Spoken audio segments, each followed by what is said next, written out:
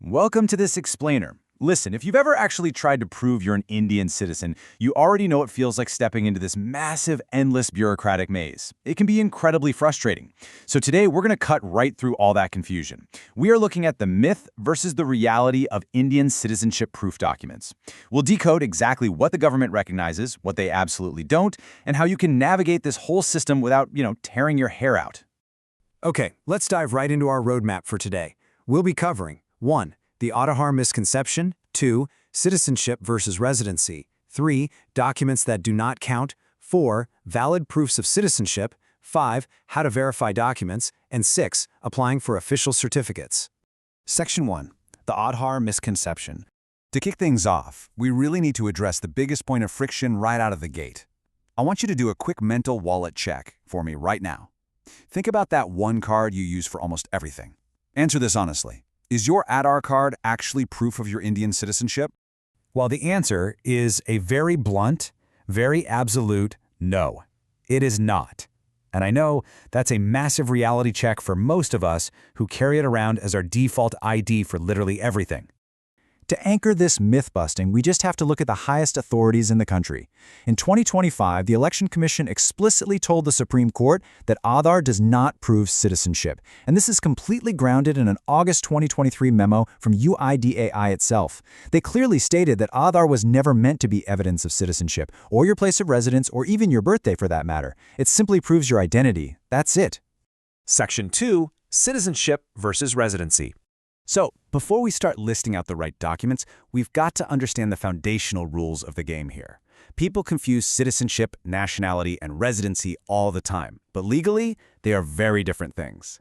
In India, citizenship and nationality essentially mean the exact same thing. It's your legal standing under the Citizenship Act of 1955, which grants you the right to vote and hold a passport.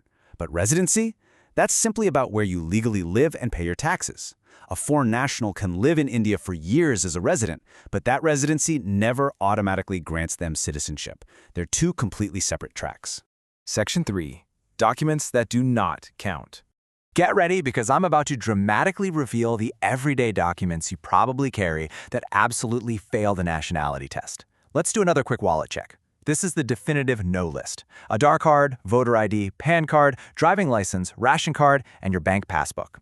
None of these establish your nationality. Think about it. A voter ID just proves you're eligible to vote in a specific local constituency. A PAN card is just your taxpayer identity. A driving license just proves you know how to drive.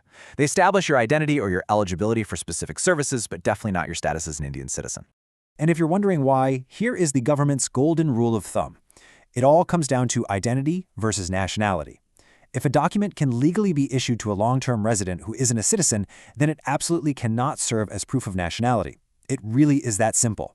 Since non-citizens can legally get PAN cards and driving licenses in India, those documents instantly fail the citizenship test. Section 4. Valid proofs of citizenship. All right, enough about what doesn't work. Let's rebuild your understanding with the yes list, the stuff that actually holds legal weight. Now, what's really interesting here is that India doesn't actually issue one single universal citizenship card. Instead, under the Citizenship Act of 1955, the government recognizes a specific set of proofs. This includes your Indian passport, your birth certificate, but only when combined with your parent's citizenship proof, a formal citizenship certificate from the Ministry of Home Affairs, a court-issued nationality certificate, and supporting documents like your domicile or school leaving certificates. Let's actually talk about the passport for a second, because there's a crucial little nuance here. Legally speaking, a passport is a travel document first and foremost. It's issued by the Ministry of External Affairs, not Home Affairs. However, because the passport office thoroughly verifies your nationality before they ever issue it to you, it acts as the single most reliable everyday proof of citizenship you can carry around. For nearly all practical purposes, your passport is by far your strongest asset. Section 5. How to verify documents. So how do you actually confirm these documents are genuine without wasting a whole day standing in line at some government office?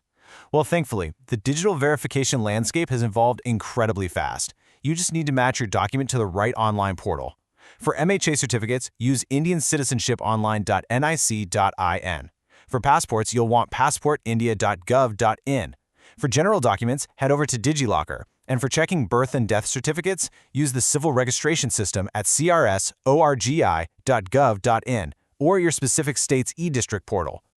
I really want to emphasize the sheer scale of India's digital public infrastructure here, just to reassure you that digital verification isn't just a backup plan, it's the modern norm. Get this. As of March 2026, DigiLocker had over 67.63 crore users and had issued an absolutely staggering 950 billion documents. That is massive. And that incredible scale is exactly why digital verification is now the quickest and most widely accepted route. And here is the absolute genius of that system. Any document pulled through DigiLocker is auto-verified against the original source government database at the exact moment you share it. This consent-logged, database-linked design effectively eliminates document fraud. It makes any kind of tampering completely self-evident, and it totally removes the need to hire physical agents just to verify your paperwork. It's a real game-changer. Section 6. Applying for official certificates. Consider this your bureaucratic survival guide for officially acquiring any documents you might be missing right now. If you need a formal citizenship or naturalization certificate, here are the exact 4 steps you need to take. First, register on the official Ministry of Home Affairs portal. Second, fill out the application and upload your supporting documents, like your birth certificate. Third, pay the prescribed fee online. And fourth, submit a physical printout of your application to the office of your district collector, or the Indian consulate if you happen to be abroad. So the crucial point I need you to take away from this is beware of fakes. IndianCitizenshipOnline.nic.in is the absolute only authorized portal for this process under the Citizenship Act. There is no state government or private agency authorized to process these applications.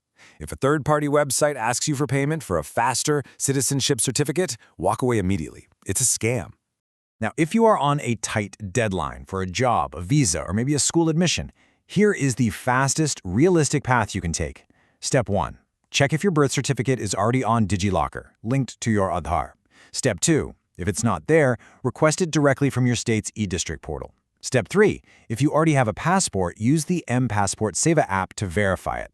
A fresh application for a citizenship certificate through the MHA portal, that should be your absolute last resort, simply because it can literally take weeks or even months to process.